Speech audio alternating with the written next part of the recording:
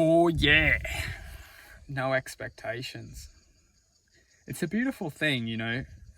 The art of having no expectations is something that's extraordinary if we can truly adapt the right attitude in life.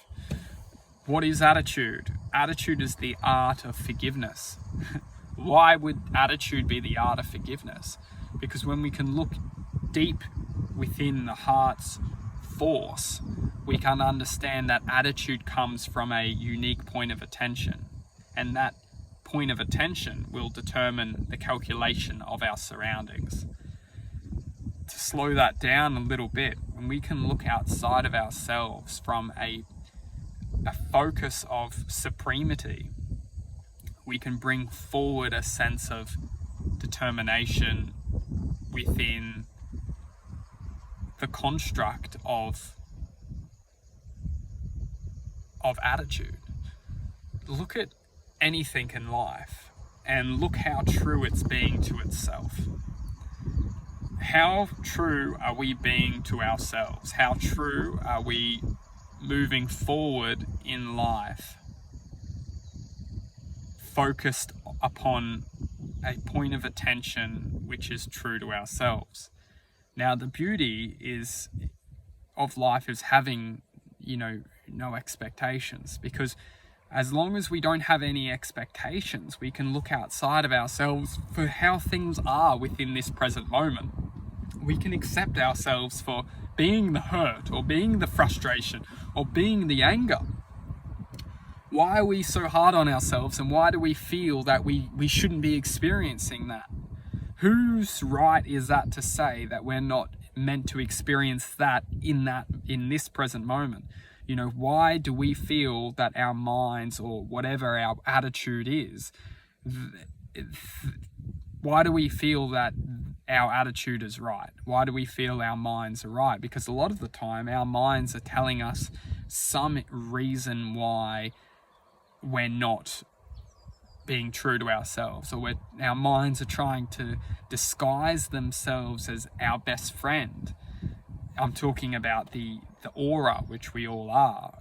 Our minds are trying to distract ourselves, not necessarily distract ourselves, but our minds are trying to bring us to a sense of acknowledging that why we're not being the greatest version of ourselves.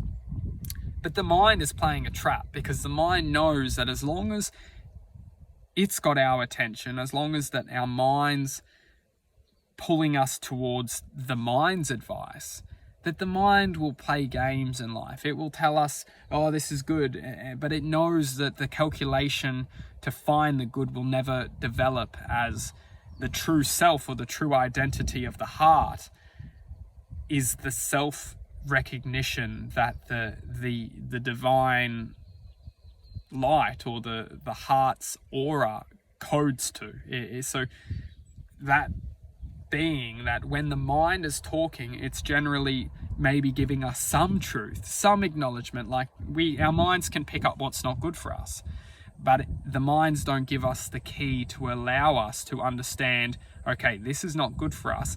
This is the internal strength, or the internal, guidance of how to now take what's not good for us and to code it and to package it into a calculation of change. It doesn't work like that. The mind doesn't work like that. The mind can tell us what's not good for us, but the mind can so easily distract our attention away from us when we're trying so hard to change, and bring us into a point of relapse, or a point of distraction, knowing that we've got him. We've been able to shoot him down again. And that's why so many of us fail in life. It's because we're only listening to our minds. We're not generating the heart's self-responsibility, or self-acknowledgement, or self-determination to change. And that's why you see the most beautiful souls within infinite possibility raising to their heart's truth, because they know that the truth within the heart will always guide them back to a sense of self-alignment through the art of having no expectations.